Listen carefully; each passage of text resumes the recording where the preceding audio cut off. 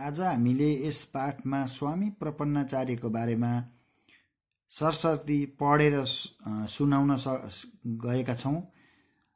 तपाईहरूलाई यो भिडियो मन परेमा सब्स्क्राइब गर्नुहोस् र कमेन्टमा लेख्नुहोस् तपाईले कुन पाठको बारेमा मजाले बुझ्नु भएको छैन। म तपाईहरूलाई बुझाउने कोसिस गर्नेछु र कमेन्ट, लाइक, शेयर र सब्स्क्राइब गर्नुहोस्। दिनै पछि एक-एकवटा यस्तै नयाँ भिडियोहरू लिएर आउने नै छु। तपाईहरूलाई तपाईहरूको माया नै मेरो हौसला रहनेछ। धन्यवाद। मानिसले जीवन रहन्जेल केही न केही सिकिरहनुपर्छ। उसले आफ्नो चाहना अनुसार आवश्यक शिक्षा दीक्षा लिनुपर्छ। मानिसको पढाइ लेखाइलाई उमेरले कहिल्यै छेक्दैन। उमेरकै कारण उसले शिक्षा आर्जनलाई रोक्नुपर्ने बाध्यता पनि हुँदैन। मानिसको भित्री चाहना अठोट र लगनशीलताका सामु अप्ठ्यारा चुनौती हटेर जान्छन्। महान व्यक्तिले जस्तोसुकै कठिन परिस्थितिलाई पनि अनुकूल बनाएर सफलताको शिखर चुम्न सक्छ। यस्तै अनेकौं हन्डर खाएर जीवनलाई सार्थक बनाउने उदाहरणीय प्रतिभाका रूपमा चिनिन्छन् स्वामी प्रपन्नाचार्य। स्वामी प्रपन्नाचार्यको जन्म पूर्वी नेपालको पाँचथर जिल्लाको फिदिम बरडाँडामा भएको थियो। उनी आमा दिलमाया र बुबा धर्मदास राईका साइला सन्तानका रूपमा विक्रम सम्वत 1980 असोज 3 शुक्रबार बडाई दशैंका दिन जन्मिएका थिए। उनको न्वारानको नाम गीतानन्द भए पनि बाल्यकालमा बोलाउने नाम काले राई थियो। प्रपन्नाचार्यको परिवार किराँत धर्मको अनुयायी थियो। पारुहाङ र सुमियालाई इष्टदेव र देवीका रूपमा प्रचार अर्चना तथा श्रद्धा गर्थ्यो। उनको परिवारले वैदिक धर्म संस्कृतिको पालनामा विशेष जोड दिन्थ्यो। परिवारमा जसमनी सम्प्रदायको प्रभाव पनि परेकै थियो। उनका घरभित्र सधैँ शुद्ध शाकाहारी भोजनको व्यवस्था हुन्थ्यो। फलस्वरूप प्रपन्नाचार्य आफू पनि बाल्यकालदेखि नै आध्यात्मिक चिन्तनतिर उन्मुख हुन थालेका थिए। प्रपन्नाचार्यको परिवार कृषि पेसामा आबद्ध थियो। जीवन गुजाराका लागि खेतीपातीमा दिनरात व्यस्त रहन्थ्यो। घरमा हजुरबुवा हजुरआमादेखि नाति नातिना सबैले खेतीपाती र गाईबस्तुको हेरचाह गर्नै पर्थ्यो। त्यसै कारण प्रपन्नाचार्यले बाल्यकालमा लामो समयसम्म गाउँमा पढ्न लेख्न पाएनन्। उनीभित्र केवल आध्यात्मिक ज्ञानको भोक मात्र जागिरह्यो। विक्रम सम्वत 1994 तिर नेपालमा किराँत वंशका महागुरु फाल्गु नन्दको प्रत्यक्ष प्रभाव परेको थियो। मानिस उनको उपदेशलाई ससम्मान ग्रहण गर्थे। प्रपन्नाचार्यका आमा बुवाले पनि फाल्गु नन्दको प्रवचन प्रत्यक्ष रूपमा पटक पटक सुनेका थिए। अध्यात्मका बारेमा केही न केही बुझ्ने कोसिस गरेका थिए। त्यसै क्रममा एक दिन आमा बुबासँगै आश्रम पुगेका 14 वर्षीय प्रपन्नाचार्यले त्यहीँ बस्ने निधो गरे। कडा अनुशासनका बीच उनले आश्रमका नीति नियम पालना गर्न थाले। मुन्दुमको महत्त्वको बारेमा पनि उनी जानकार हुँदै गए। जब विक्रम सम्वत 2005 को चैत महिनामा अचानक फाल्गु नन्दको निधन भयो, तबदेखि प्रपन्नाचार्यभित्र वैराग्यको अनुभूति हुन लाग्यो। त्यसपछि केही समय उनले आश्रम छोडेर गाउँमै सीताराम दिलका नामबाट बिजुवाको काम गरे। त्यसमा उनी लामो समयसम्म अडिग रहन सकेनन्। त्यसपछि उनी कामको खोजी गर्दै भारतको दार्जिलिङतिर निस्किए। उनी त्यहाँका विभिन्न चिया कमानमा काम खोजे, तर कहीँ कतै काम पाउन सकेनन्। उनी पुनः नेपाल फर्किए। त्यसै बेला पण्डित दामोदर खतिवडासँग उनको भेट भयो। दामोदर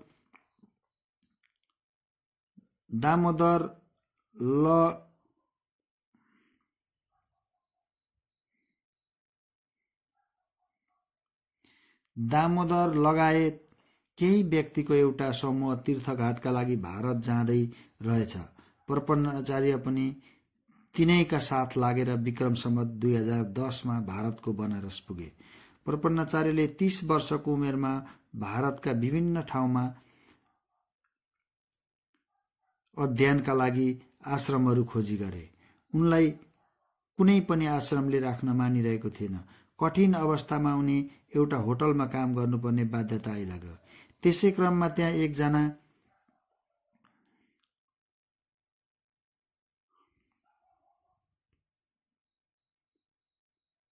गोर्खा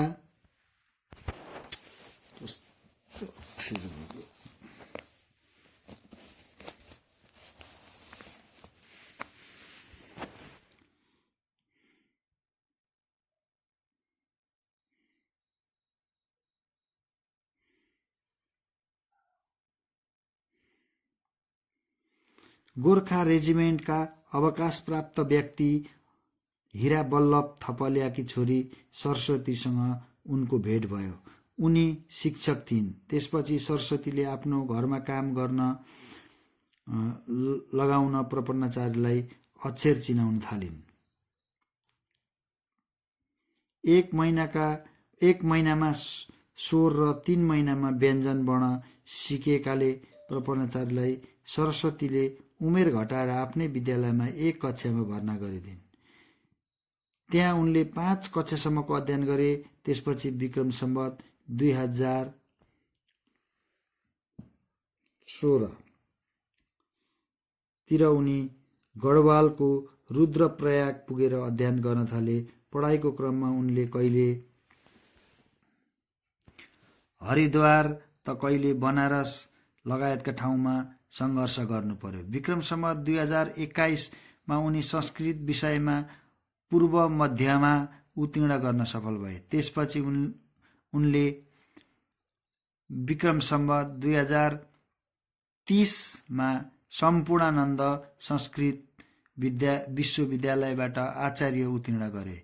त्यसै गरी विक्रम सम्वत 2036 मा उनले भारतको राष्ट्रिय संस्कृत संस्थानबाट वेदान्त विषयमा विद्यावारिधि तहको उपाधि प्राप्त गरे। यसरी 30 वर्षको उमेरमा काले राईका नामबाट क खरा सिक्न भारतको वनराज पुगेका प्रपन्नाचार्यले 56 वर्षको उमेरमा आफूलाई डाक्टर स्वामी प्रपन्नाचार्यको रूपमा स्थापित गराए। स्वामी प्रपन्नाचार्य विक्रम सम्वत 2037 पछि प्राय आफ्नो मातृभूमि नेपालमै बस्न थालेका थिए। उनलाई विक्रम सम्वत 2045 देखि पशुपति क्षेत्र विकास कोष मार्फत चन्द्रेश्वर सत्तलमा बस्ने व्यवस्था मिलाइएको थियो। उनी त्यहाँ बसेर अध्ययन, चिन्तन र धर्मदर्शनको व्याख्या गरिरहन्थे। वेद, वेदान्त, धर्मदर्शन तथा इतिहास आदि अनेकौं पूर्वीय विषयवस्तुलाई युग सापेक्ष किसिमबाट सर्वसाधारणसम्म पुर्याउन कोसिस गर्थे। उनी जीवनलाई समतामूलक बनाउनु पर्ने कुरामा जोड दिन्थे। संस्कृतको महान ग्रन्थ वेदलाई सबैले पढ्न र बुझ्न पाउनुपर्छ भन्ने उनको मान्यता थियो। उनी प्राचीन कालमा किरातहरू नेपालको प्राचीनतम वंश मानेर हिन्दू समाजभित्र अभिन्न रहेको बताउँथे। मानिस बीच कहिले कुनै भेदभाव छैन र हुनु हुँदैन भन्ने उनको स्पष्ट धारणा थियो। उनी भन्थे, हरेकले सादा जीवन उच्च विचारका लागि प्रयास गर्नुपर्छ। साधु सन्त शिक्षा र साधनामा समर्पित हुनुपर्छ। हरेक मानिसमा सधैँ नैतिकता, इमान्दारिता, जिम्मेवारीपन र असल चरित्रको आवश्यकता पर्छ। प्रपन्नाचार्यका यस्ता विचार मानव कल्याणका लागि महान मानिन्छ। प्रपन्नाचार्यले आजीवन वेदका दार्शनिक विचारको व्याख्या गरिरहे। उनले सबैलाई असल राष्ट्रभक्त भएर बाँचिरहन आग्रह गरे। नेपालको प्राचीनतम इतिहासमा त झन कसैले पनि भुल्न नहुने उनको भनाइ थियो। उनका संस्कृत, नेपाली, हिन्दी र अङ्ग्रेजीमा लेखेका झन्डै 4 दर्जन जति पुस्तक समेत प्रकाशित छन्। उनका अधिकांश पुस्तक मानवतामा आधारित छन्। सम्मार्ग दर्शन 2033, प्राचीन हिन्दू विज्ञान 2036, वेदमा के छ 2037, किराँत मङ्गोलियाबाट आएका शरणार्थी होइनन् 2047। घरमा हजुरबुवा, हजुरआमादेखि नाति नातिना सबैले खेतीपाती र गाईबस्तुको हेरचाह गर्नै पर्थ्यो। त्यसै कारण प्रपन्नाचार्यले बाल्यकालमा लामो समयसम्म गाउँमा पढ्न लेख्न पाएनन्। उनीभित्र केवल आध्यात्मिक ज्ञानको भोक मात्र जागिरह्यो। विक्रम सम्वत 1994 तिर नेपालमा किरात वंशका महागुरु फाल्गु नन्दको प्रत्यक्ष प्रभाव परेको थियो। मानिस उनको उपदेशलाई ससम्मान ग्रहण गर्थे। प्रपन्नाचार्यका आमा बुबाले पनि फाल्गु नन्दको प्रवचन प्रत्यक्ष रूपमा पटक पटक सुनेका थिए। अध्यात्मका बारेमा केही न केही बुझ्ने कोसिस गरेका थिए। त्यसै क्रममा एक दिन आमा बुबासँगै आश्रम पुगेका 14 वर्षीय प्रपन्नाचार्यले त्यहीँ बस्ने निधो गरे। कडा अनुशासनका बीच उनले आश्रमका नीति नियम पालना गर्न थाले। मुन्दुमको महत्त्वको बारेमा पनि उनी जानकार हुँदै गए। जब विक्रम सम्वत 2005 को चैत महिनामा अचानक फाल्गु नन्दको निधन भयो, तबदेखि प्रपन्नाचार्यभित्र वैराग्यको अनुभूति हुन लाग्यो। त्यसपछि केही समय उनले आश्रम छोडेर गाउँमै सीताराम दिलका नामबाट बिजुवाको काम गरे। त्यसमा उनी लामो समयसम्म अडिग रहन सकेनन्। त्यसपछि उनी कामको खोजी गर्दै भारतको दार्जिलिङतिर निस्किए। उनी त्यहाँका विभिन्न चिया कमानमा काम खोजे, तर कहीँ कतै काम पाउन सकेनन्। उनी पुनः नेपाल फर्किए। त्यसै बेला पण्डित दामोदर खतिवडासँग उनको भेट भयो।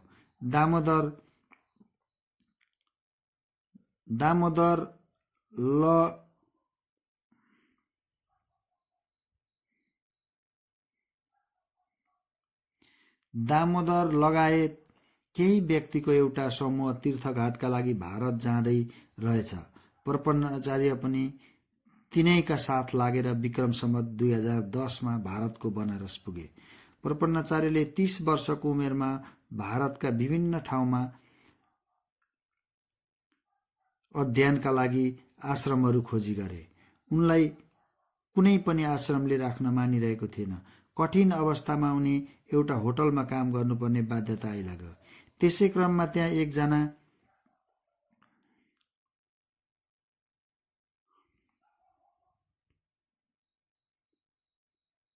गोर्खा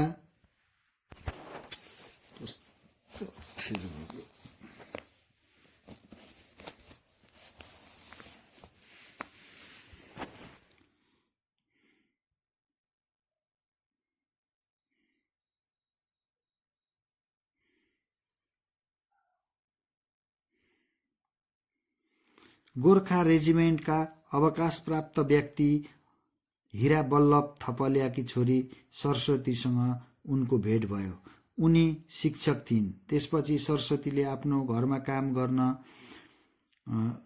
लगाउन प्रपन्नाचार्यलाई अक्षर चिनाउन थालिन्। एक महिनामा स्वर र 3 महिनामा व्यञ्जन वर्ण सिकेकाले प्रपन्नाचार्यलाई सरस्वतीले उमेर घटाएर आफ्नै विद्यालयमा 1 कक्षामा भर्ना गरिदिन्।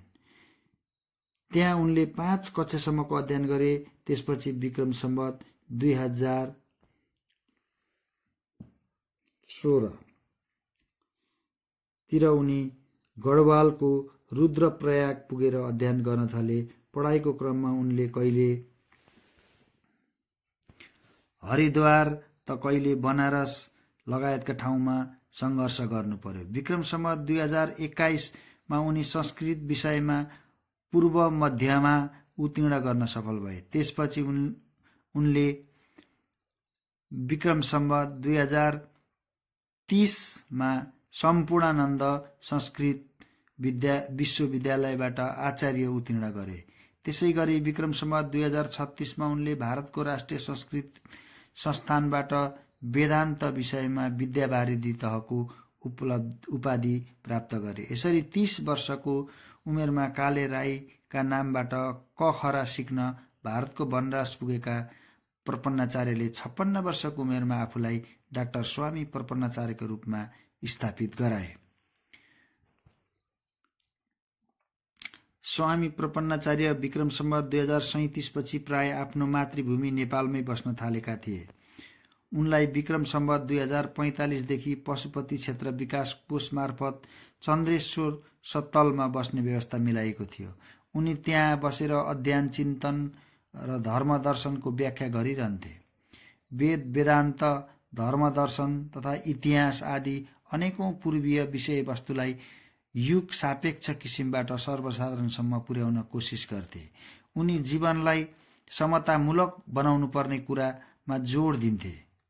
संस्कृतको महान ग्रन्थ वेदलाई सबैले पढ्न र बुझ्न पाउनुपर्छ भन्ने उनको मान्यता थियो। उनी प्राचीन कालमा किराँतहरू नेपालको प्राचीनतम वंश मानेर हिन्दू समाजभित्र अभिन्न रहेको बताउँथे। मानिस बीच कहिले कुनै भेदभाव छैन र हुनु हुँदैन भन्ने उनको स्पष्ट धारणा थियो।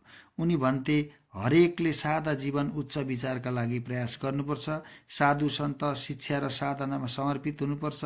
हरेक मानिसमा सधैँ नैतिकता, इमान्दारिता, जिम्मेवारीपन र असल चरित्रको आवश्यकता पर्छ। प्रपन्नाचार्यका यस्ता विचार मानव कल्याणका लागि महान मानिन्छ।